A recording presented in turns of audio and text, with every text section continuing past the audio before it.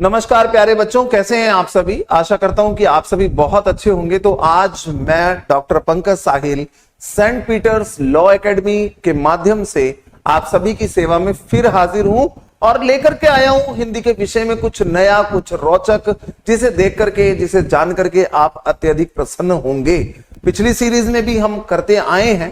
कक्षा 10वीं के विद्यार्थियों के लिए हमने हिंदी विषय को सरल और स्पष्ट बनाने हेतु इस सीरीज की शुरुआत की है और इस सीरीज के अंतर्गत हम प्रतिदिन एक पाठ लेकर के आते हैं जो छात्र समझकर आसानी से, सरलता के साथ बोर्ड परीक्षाएं आराम से दे सकते हैं। तत्पश्चात हिंदी पर इतना ध्यान तो बच्चे देते नहीं है ना, ये तो आप भी जानते हैं भली भांति।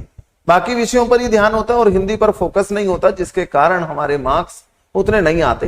हिंदी की वजह से ही हमारी परसेंटेज अप भी होती है और हिंदी की वजह से ही हमारी परसेंटेज डाउन भी होती है। तो क्यों डाउन करें, आखिर क्या साधन अपनाएं कि हमारी हिंदी में परसेंटेज अच्छी आ जाए और हमारी ओवरऑल परसेंटेज भी अच्छी बन जाए। तो 10th के जो विद्यार्थी 24-25 के सेशन में यानी अगले वर्ष बोर्ड परीक्षाएं देने जा रहे हैं, उनके लिए तो ये वीडियोस जो हैं मील का पत्थर साबित होंगी। इसके अलावा जो बच्चे प्रतियोगी परीक्षाओं की तैयारी कर रहे हैं, उन बच्चों के लिए भी ये वीडियोस मील का पत्थर ही साबित होंगी, ऐसा मेरा विश्वास है। मैंने पहले भी इस विषय में आपको परिचित कराया है, आज फिर कह रहा हूं, इन वीडियोस को ध्यान से देखिए, सुनिए और समझिए और अपने हिंदी के ज्ञान को अर्जित कीजिए। आप देखने से ही, सुनने मात्र से ही आपको बहुत अच्छी जानकारी प्राप्त हो जाएगी, ऐसा मेरा विश्वास है। तो आइए शुरू करते हैं आज की सीरीज के अंतर्गत। आज की कक्षा में क्या लेकर के आए हैं, तो स्क्रीन पर आप देख रहे हैं।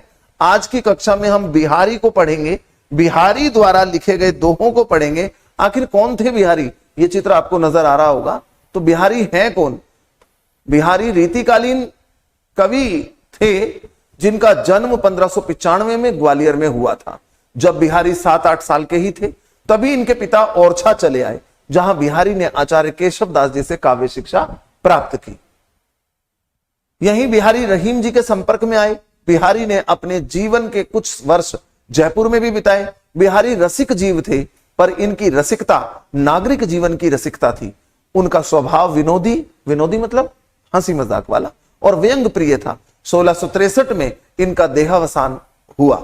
बिहारी की एक ही रचना सतसई उपलब्ध है, जिसमें उनके लगभग 700 दोहे संग्रहित हैं, जिसको बिहारी सतसई के नाम से जाना जाता है। लोक ज्ञान और शास्त्र ज्ञान के साथ ही बिहारी का काव्य ज्ञान भी अच्छा था। रीति का उन्हें भरपूर ज्ञान था। इन्होंने अधिक वर्ण सामग्री श्रृंगार से ली है। इनकी कविता श्रृंगार रस की कविताएं हैं, इसलिए नायक, नायिका या नायिकी की वे चेष्टाएं जिन्हें हाव कहते हैं, वास्तविकता में होते नहीं है नायक नायिका, लेकिन हाव कहते हैं, जिन्हें इनमें पर्याप्त मात्रा में मिलती हैं। बिहारी ने काल्पनिक तौर पर नायक नायिकाओं का चित्रण अपने दोहों में, अपने काव्यों में किया है। बिहारी की भाषा बहुत ही शुद्ध ब्रज है, पर है वह साहित्यिक। इनकी भाषा में पूर्वी प्रयोग भी है, मिलते हैं। बुंदेलखंड में अधिक दिनों तक रहने के कारण बुंदेलखंडी शब्दों का प्रयोग मिलना भी स्वाभाविक है बिहारी के काव्य में। तो आइए जानते हैं बिहारी के विषय में। तो आपने जाना, और पाठ प्रवेश में क्या है स्क्रीन पर आपके सामने। मांझी पहुंची चमकाई युत प्रतिभा जतन अनेक, दीर्घ जीवन विविध सुख रची सतसई एक।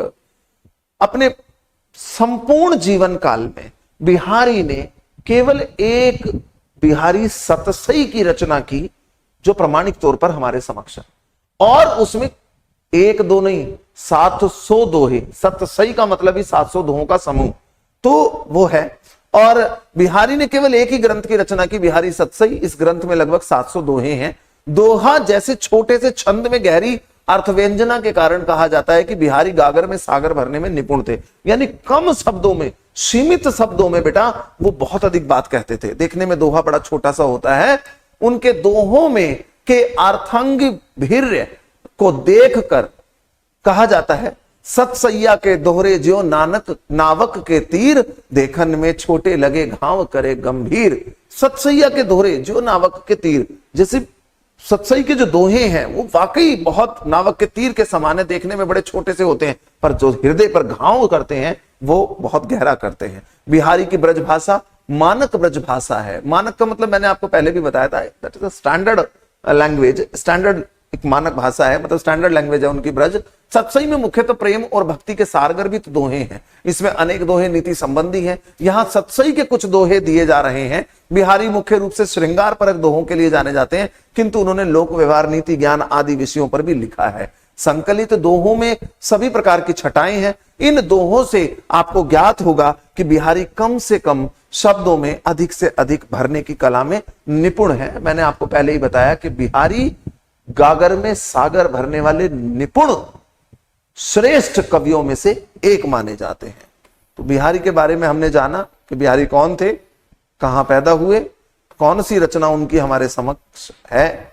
और यहां ये आ गए हैं दोहे बिहारी के, आप देख रहे हैं स्क्रीन पर।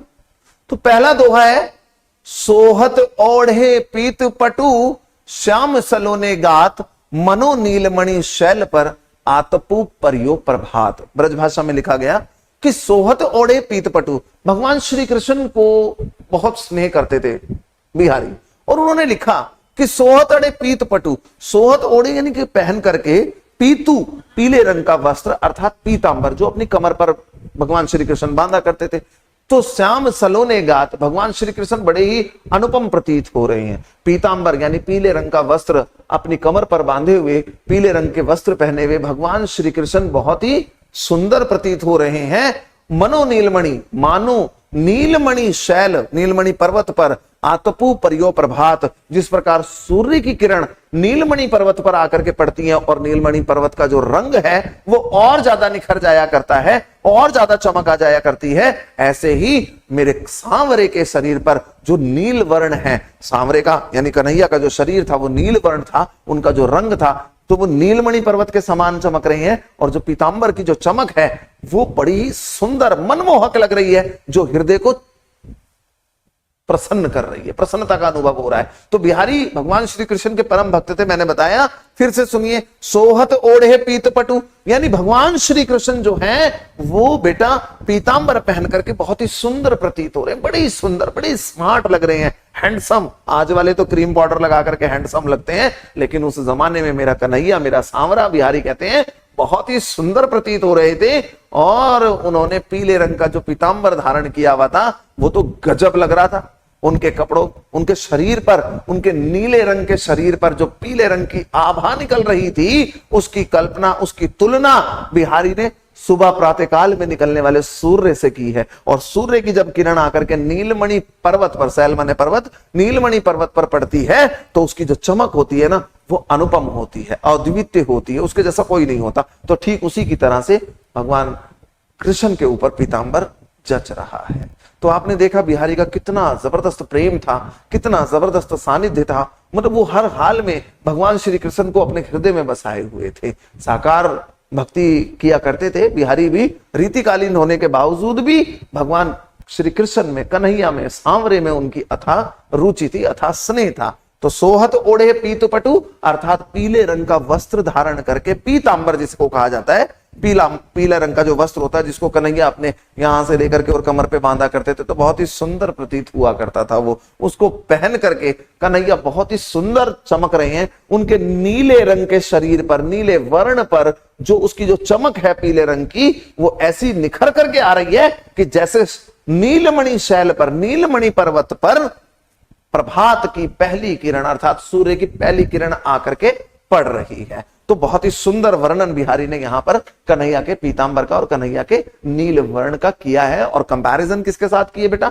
नीलमणि शैल के ऊपर पड़ने वाली प्रभात की प्रथम किरण के साथ। तो आशा करता हूं कि आपको समझ आ गया होगा। दूसरा दोहा स्क्रीन पर आपके समक्ष, कहलाने एकत बसत अहि मयूर मृग बाग। कहलाने को तो एक ही जगह पर है, कौन? अहि मतलब अजगर, मयूर मतलब मोर, मृग मतलब हिरन और बाघ मतलब शेर। मैं आपको बताता हूं, देखिए ध्यान से। कहलाने को एकत वसत, अहि अजगर, मयूर मोर, अब आप ध्यान से समझिएगा, मृग हिरन और बाघ जंगल का राजा शेर। कहलाने को तो एक ही जगह पे रह रहे हैं, कौन कौन? अजगर, शेर, हिरन, मोर इत्यादि। अब आप देख रहे हैं अजगर मोर यानी जो सांप होता है वो मोर का ही, सर्प को भी कह सकते हैं आप, यहां पर अजगर से ना लेकर के सर्प को ले लीजिए, सर्प के अर्थ में ले लीजिए आप अजगर को। तो यहां पर आप देख रहे हैं कि अजगर मतलब सर्प जो है, सर्प मोर का दुश्मन है, और सर्प किसका दुश्मन है? मोर का दुश्मन है। और मोर जो है वो सर्प का दुश्मन है, हिरन शेर का दुश्मन है, और शेर हिरन का दुश्मन है, मतलब एक दूसरे से डरते भी हैं। अब कहलाने को तो एक ही जगह पर रह रहे हैं। जगतु तपोवन सो कियो दिरग दाग निदाग, यानी जगत के अंदर जो तपोवन है, यानी गर्मी इतनी अधिक पड़ रही है। ग्रीष्म ऋतु का वर्णन करते हुए बिहारी कहते हैं कि कहलाने को तो जंगल में ही रहते हैं सर्प, मयूर, मृग, बाघ, लेकिन एक दूसरे के दुश्मन होते हैं। अब उन्होंने अपनी दुश्मनी को भूला दिया है। गर्मी के कारण वो इतने परेशान हो गए, इतने परेशान हो गए हैं कि उस ग्रीष्म ऋतु से बचने के लिए, उस गर्मी के प्रकोप से बचने के लिए, यानी वो तब एक साथ मिलकर के बैठे हैं, सन्यासियों जैसा, तपस्वियों जैसा व्यवहार वो लोग कर रहे हैं। तपोवन के अंदर जैसे सभी एक दूसरे से दुश्मनी भूल करके बैठ जाते हैं, ठीक ऐसे ही वो भी दुश्मनी भुला करके एक दूसरे के साथ बैठे हुए हैं। तो आपको समझ आया होगा दूसरा दोहा, कहलाने एकत बसत, कहलाने को तो एक ही जगह पे रहते हैं, फिर भी एक दूसरे के दुश्मन होते हैं। कौन? मोर, सांप, हिरन, शेर। लेकिन गर्मी के कारण ग्रीष्म ऋतु एक दूसरे के सामने नहीं आते, लेकिन मोर सांप के सामने नहीं आएगा, बचने की कोशिश करता है। सांप मतलब मोर के सामने नहीं आएगा, हिरन शेर के सामने नहीं आता, भाग जाता है। लेकिन अभी जब गर्मी इतनी अधिक पड़ रही है तो बिहारी कहते हैं कि इन्होंने सारी दुश्मनियों को त्याग दिया, सारी दुश्मनी भुला करके तपस्वियों की तरह, साधु संतों की तरह तपोवन में जाकर के, जहां पर परमात्मा की प्राप्ति के लिए तप किए जाते थे, उस तपोवन में जाकर के इकट्ठे बैठ गए हैं। अगला है बतरस लालच लाल की मुरली धरी लुकाई। अब बतरस का मतलब क्या होता है? बतरस मतलब बातों का रस, अर्थात बात करने के लिए। फिर इसके बाद है लाल, तो यहां पर लाल श्री कृष्ण को बोला गया है, भगवान कृष्ण को बोला गया है। मुरलीधरी लुकाई मतलब छिपाना। सोह करे कसम खाना। भोनू आईब्रो, भों कह सकते हैं इसको, आईब्रो।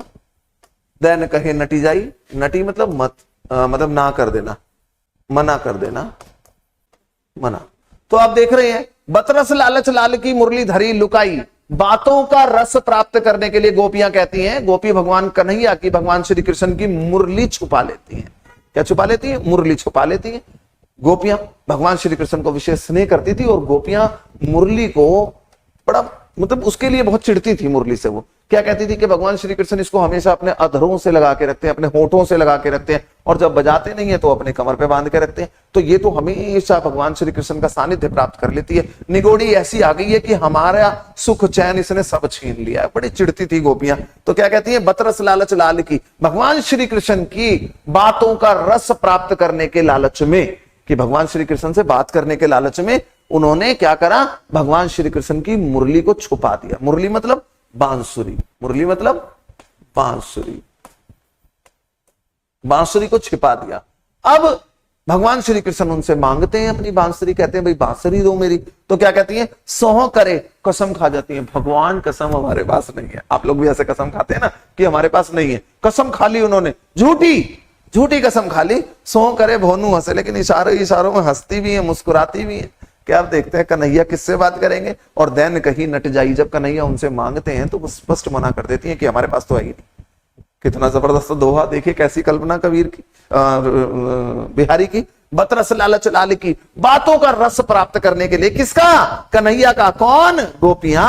बातों का रस प्राप्त करने के लिए, कन्हैया से बातें करने के लिए, ताकि बात कर सके तो कन्हैया के नजदीक पहुंच सके।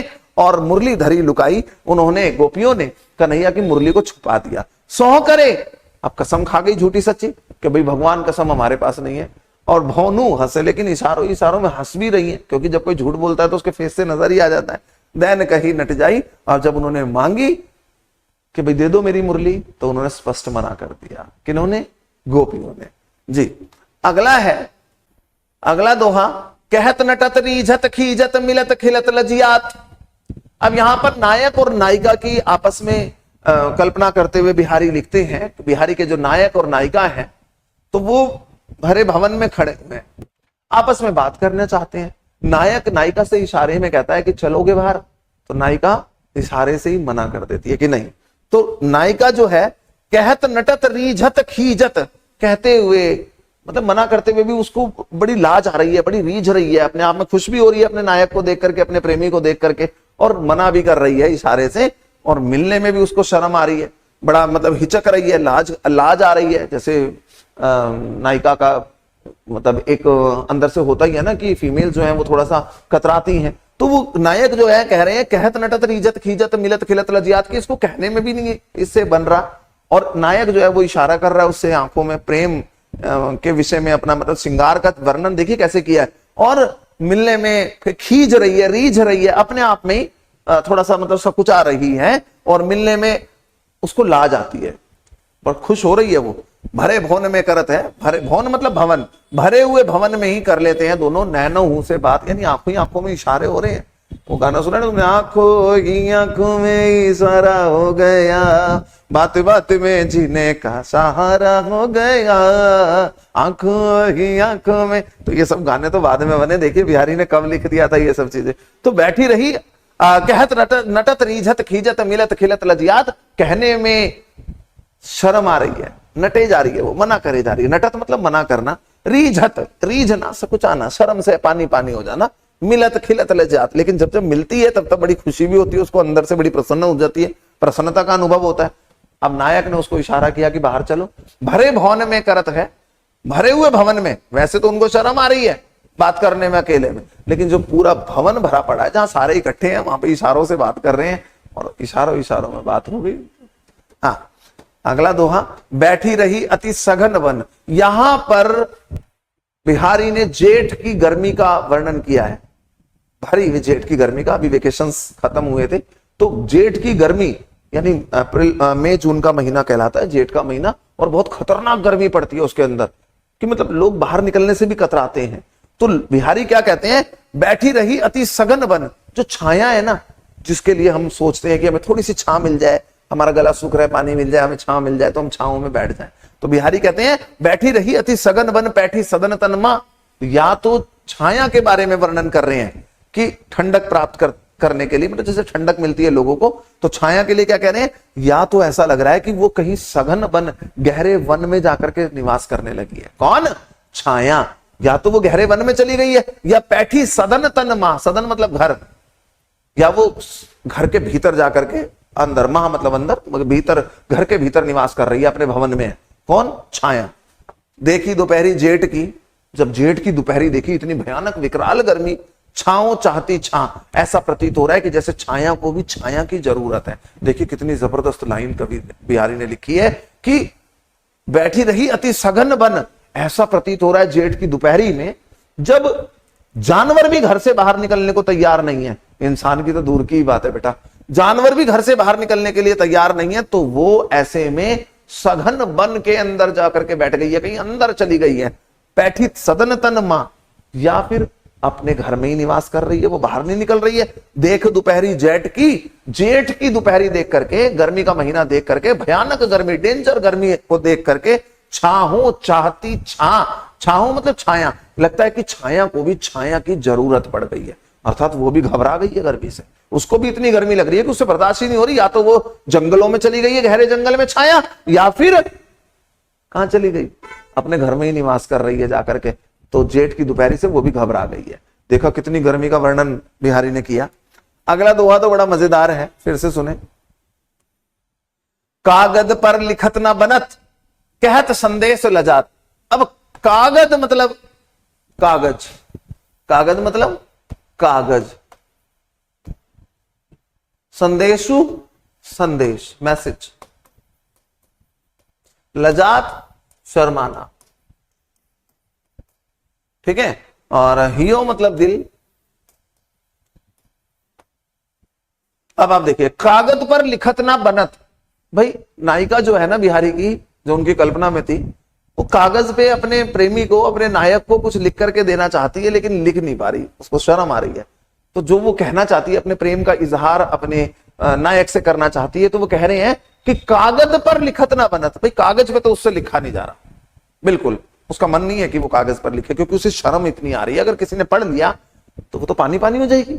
कागज पर लिखत ना बनत कहत संदेश लजात, और मुंह से कहने में भी जरा वो सकुचा रही है। उस समय लाज, लोक लाज बहुत ज्यादा हुआ करती थी, और घबरा रही है वो कहते हुए अपने प्रेमी से कि अपने प्रेम का इजहार कैसे करे। शर्मा रही है, अपने आप ही आप में पानी पानी है कि वो कैसे करे। और मतलब बिल्कुल इस तरीके से हो गई है कि अंदर ही अंदर उसको एक खुशी की अनुभूति तो हो रही है, पर बड़ा डर सा रही है उसके मन में। एक खीज है कि मतलब मैं कैसे कहूं अपने प्रेमी से, अपने प्रेम का इजहार कैसे करूं।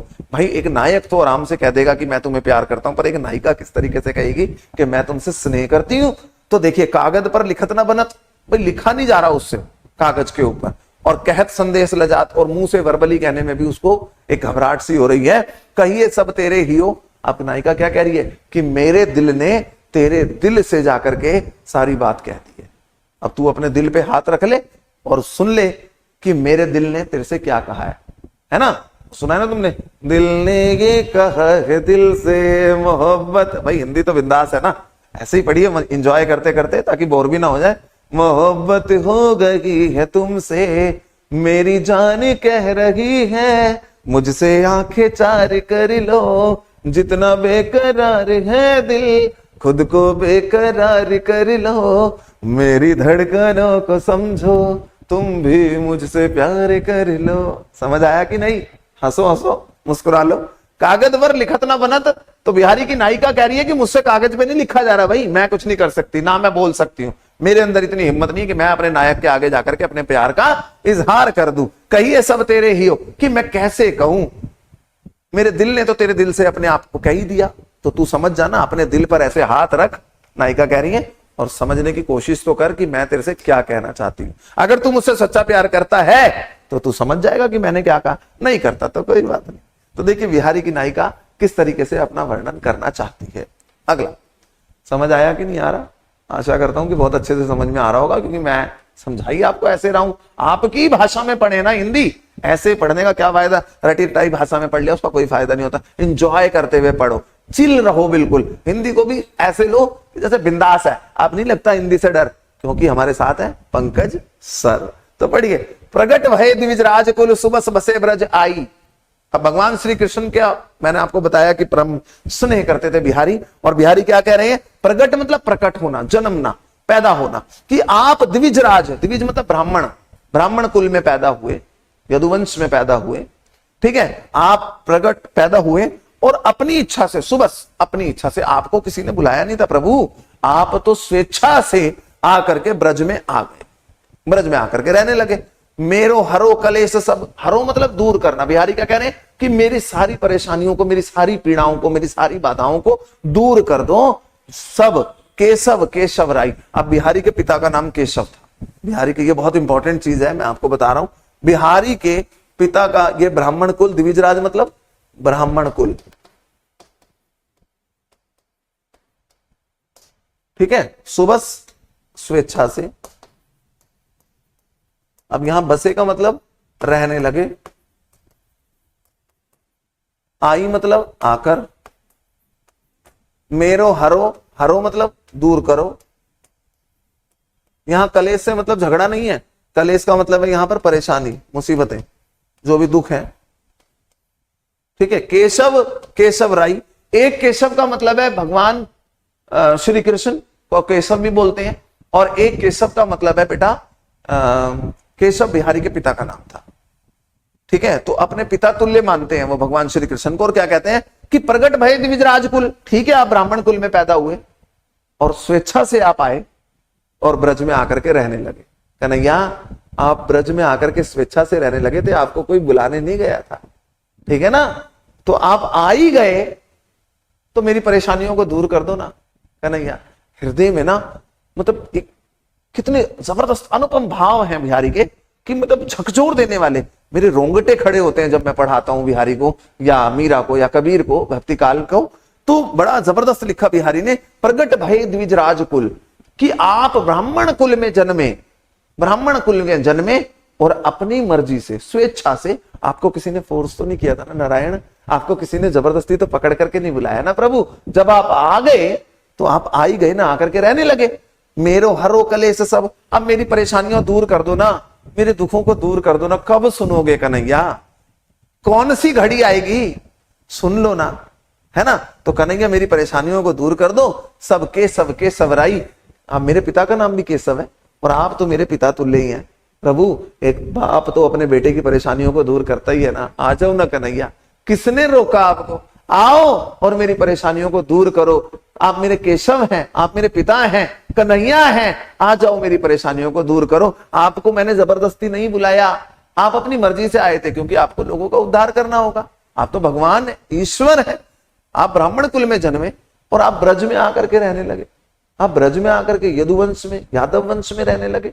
आप आ गए ना, आपको प्रभु बुलाया नहीं था। और अब देखो, भगत और भगवान जब एकाकार हो जाते हैं ना, तो ऐसी बात करते हैं कि मैंने तुम्हें बुलाया था कन्हैया, नहीं बुलाया ना। तो अब जब आप आ गए, अरे भाई आकर के रहने तो लगे ना कन्हैया। सुन लो ना, मेरे कष्टों को दूर कर दो, मेरी परेशानियों से मुझे मुक्ति दिला दो ना। और केशव केशव राई, आप तो मेरे केशव हैं, मेरे पिता हैं, मेरे पिता के तुल्य हैं। तो मेरी परेशानियों को से मुझे मुक्ति दिलाओ। एक पिता ही अपने पुत्र की परेशानियों से उसको मुक्त कर सकता है, एक पिता का कर्तव्य होता है। तो बिहारी भगवान श्री कृष्ण को उनके कर्तव्य का बोध करवा रहे हैं कि आप तो वैसे भी मेरे पिता हैं और वैसे भी मेरे। कैसे वैसे? वैसे का मतलब क्या हुआ कि एक तो आप भगवान हैं, तो आप तो मेरे पिता वैसे ही हो गए। भाई भगवान और भक्त में पिता पुत्र का ही तो रिश्ता होता है, या लड़की है तो पिता पुत्री का रिश्ता हो गया। और केशव तो दुनियावी जो बायोलॉजिकल फादर थे केशव, किनके? बिहारी के। तो वो उनको ही समर्पित करते हुए कहते हैं कि आप तो वैसे भी केशव हैं, मेरे पिता हैं, तो मेरी परेशानियों को दूर करो। कितना हार्ट टचिंग बिल्कुल दोहा बिहारी का, समझ आ गया होगा आपको। नेक्स्ट की मैं बात करूं, जपमाला छापे तिलक सरे न एको काम, मन कांचे नाचे बिरथा सांचे राचे राम। जपमाला, माला जपने से, राम राम राम राम राम राम राम राम करने से कोई लाभ नहीं होने वाला। छापे तिलक, टीका लगा लेने से कोई काम नहीं होने वाला। यहां बाहरी आडंबरों, दिखावों, ढोंग ढकोसलों पर तीखा प्रहार करते हुए बिहारी कहते हैं, जपमाला छापे तिलक सरे न एको काम। यानी जपमाला, माला जपने से, माला के मणके फेरने से, अरे तेरे मुंह में तो राम है, बगल में छुरी है, तो ऐसे राम जपने का क्या फायदा? दिखावे में नहीं भगवान आते। कन्हैया को प्रसन्न करना है, परमात्मा को प्रसन्न करना है, तो आपको उसको प्रसन्न करने के लिए तो दिल की भक्ति करनी होगी, है कि नहीं? आपने सुना भी होगा ना, वो एक भजन में भी बोलते हैं कि इंसान मजदूरी देते है तो क्यों ना दे भगवान। भाई इंसान के पास आप काम करने जाते हैं तो आपको मजदूरी मिलती है, तो परमात्मा का नाम अगर आप जपेंगे तो क्या वो इतना लाचार हो गया कि आपकी मजदूरी भी नहीं देगा? तो बताया ना, मैंने मोहनी को बुलाया है, वो आता होगा, तुम भी आना मेरे घर आज तमाशा होगा, तुम भी आना मेरे घर आज तमाशा होगा। तमाशे से मतलब लड़ाई नहीं होगी, समझने की कोशिश कीजिए। बिहारी कहते हैं कि माला जपने से, माला के मणके फेरने से, तिलक लगाने से कोई काम नहीं होता। ढोंग हैं ये, ढकोसले हैं, कोई ऐसे भगवान प्राप्त नहीं होते। राम, परमात्मा, अल्लाह, वाहिगुरु, खुदा, रब, गोड, मेरा कन्हैया, मेरा सांवरा तो प्राप्त होता है हृदय की भक्ति से। जब तेरे दिल में भक्ति आ जाएगी, तेरा हृदय पवित्र हो जाएगा, तेरे विचारों में तेरा जो विश्वास है वो दृढ़ से दृढ़तम बन जाएगा, तो वो तो मंदिर मस्जिदों में बैठे ही आने के लिए है। अरे तू लाने वाला तो बन, लेके तो आ। वो भी देखते हैं ना कि कौन आएगा मुझे लेकर के जाएगा। दिल से तो कोई कहकर देखे, आप दिल से पुकार के तो देखो, एक बार कह के तो देखो। फिर बताया मन कांचे, तो मन तो कांच के समान होता है। इंसान का जो मन है ना वो कांच के समान है, ऐसे गिर गया, गिरते ही टूट गया, उसके टुकड़े टुकड़े हो गए। नाचे बिरथा, अरे दिखावा करके आप नाचते फिर रहे हैं कि राम राम राम राम, ऐसे राम का कोई फायदा नहीं है, ठीक है ना। नाचना भी तेरा व्यर्थ है, बेकार है।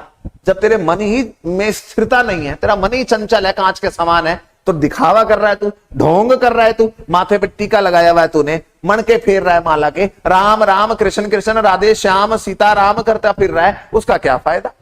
कोई फायदा नहीं। और दुनिया को दिखाने के लिए तू नाच रहा है।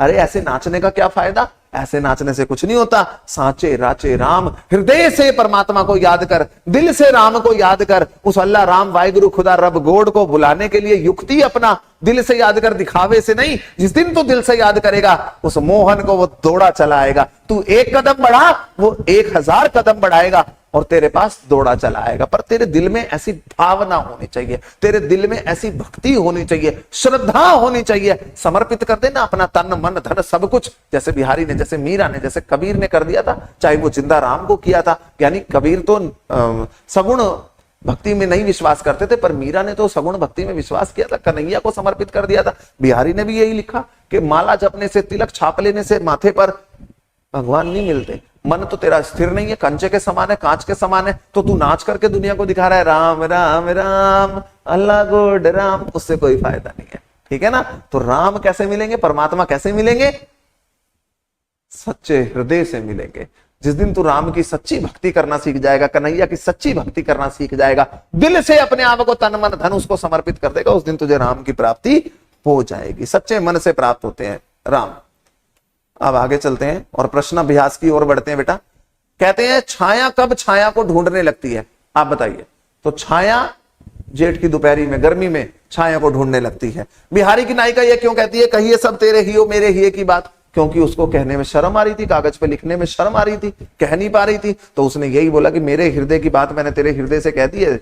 दिल से प्यार करता है तो समझ जाएगा, अपने दिल पर हाथ रख। सच्चे मन में राम बसते हैं, दोहे में संदर्भानुसार स्पष्ट व्याख्या कीजिए। तो सच्चे मन में मैंने लास्ट वाले दोहे में ही बताया कि दिखावे से भगवान नहीं मिलते, राम जो मिलते हैं, परमात्मा जो मिलते हैं, वो अंदर वाली भक्ति से मिलते हैं। हृदय से तू याद करेगा तो तुझे मिलेंगे। गोपियां श्री कृष्ण की बांसुरी क्यों छुपा लेती हैं, इसका उत्तर तो आप बड़ी सरलता से दे सकते हैं। इतनी सरलता से मैंने पढ़ाया कि गोपियां श्री कृष्ण की बांसुरी इसलिए छुपा लेती हैं, क्यों बताइए, ताकि वो श्री कृष्ण से बातों का रस प्राप्त कर सके। बातों का लालच के कारण भगवान श्री कृष्ण की बांसुरी छिपा लेती हैं, और वो सो करे कसम भी खा लेती हैं। भौनू हंसे, भौहों से हंसती हैं, अपनी ये भौहें यानी कि आईब्रोज से हंसती हैं, मुस्कुरा करके दिखाती हैं। और दैन कहीं नटी जाइए कन्हैया मांगते तो मना कर देती हैं।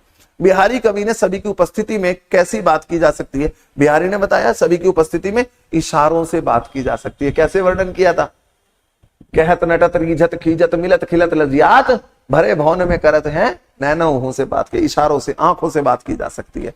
भाव स्पष्ट कीजिए। मनो नीलमणि शैल पर आतपु परियो प्रभात की, जिस प्रकार नीलमणि शैल पर प्रकाश की पहली किरण आकर के उसकी आभा को निखार देती है, ऐसे ही मेरा सांवरा पीतांबर पहने बड़ा ही सुंदर चमक रहा है। उसकी जो चमक है वो अलग ही है।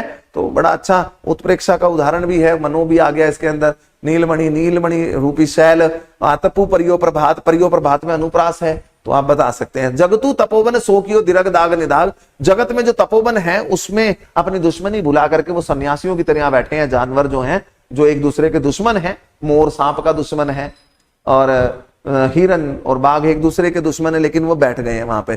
तो आप बता सकते हैं जगत रूपी तपोवन सो कियो, सो आ गया तो भी उत्प्रेक्षा है। जपमाला छापे तिलक सरे न एको काम, मन कांचे नाचे वृथा सांचे राचे राम। जपमाला, माला जपने से, तिलक छाप लेने से एक भी काम नहीं सरता। ठीक है, मन तो कांचे के समान है, कांच के समान है। मन कांचे, मन को किसके समान बताया, मन रूपी कांच या कांच रूपी मन। तो यहाँ रूपक अलंकार भी हो गया। नाचे वृथा सांचे राम, तो ये बेकार है तेरा इस तरीके से करना, नाचना। और तुझे अगर भगवान चाहिए तो वो हृदय से ही मिलेंगे। अब योग्यता विस्तार में आप देखेंगे तो सतसैया के दोहरे नावक के तीर देखन में छोटे लगे घाव करे गंभीर। अध्यापक की मदद से इस विषय के दोहे को समझने का प्रयास करें, और इस दोहे से बिहारी की भाषा कि किस भाषा का पता चलता है। तो ये आपको पता ही चल रहा है कि कौन सी भाषा है, उन्होंने ब्रज भाषा का प्रयोग किया। बिहारी के विषय में जानकारी एकत्रित कीजिए और परियोजना पुस्तिका में लगाइए। ये आप अपने अध्यापकों की मदद से करें। शब्दार्थ और टिप्पणियां। सोहत मतलब बेटा अच्छा लगना, पीतू मतलब पीला, और पटु मतलब कपड़ा। नीलमणि, नीलमणि पर्वत, शैल मतलब पर्वत। आतपु मतलब धूप। आही मतलब सांप, अही मैंने बताया था आपको। तपोवन वह वन जहां तपस्वी रहते हैं। दिरग दाग प्रचंड ताप, बड़ी खतरनाक गर्मी, भयंकर गर्मी। निदाघ ग्रीष्म ऋतु। बतरस बतियाने का सुख, बातचीत का आनंद, बातों का लालच। लुकाई मतलब छुपाना। सोह मतलब कसम खाना, आई स्वेयर कसम खा लेना। भौनू भौ से, आईब्रोज के माध्यम से। नटी मतलब मना करना, मुकर जाना, भी उन्होंने साफ मना कर दिया था कि हमारे पास नहीं है। रीझत मतलब मोहित होना। खीजत मतलब खींचना, बनावटी गुस्सा करके दिखाना किसी को, मतलब नहीं नहीं मैं नहीं ऐसे कर सकते, मतलब बनावटी आर्टिफिशियल गुस्सा। मिलत मिलना, भवन भवन, सघन घना, पैठी घुसना, सदनतन भवन में, कागद कागज, संदेशु संदेश, ही है मतलब भाई हृदय, द्विजराज चंद्रमा भी कह देते हैं द्विजराज को, और ब्राह्मण कुल मैंने आपको बताया ही था।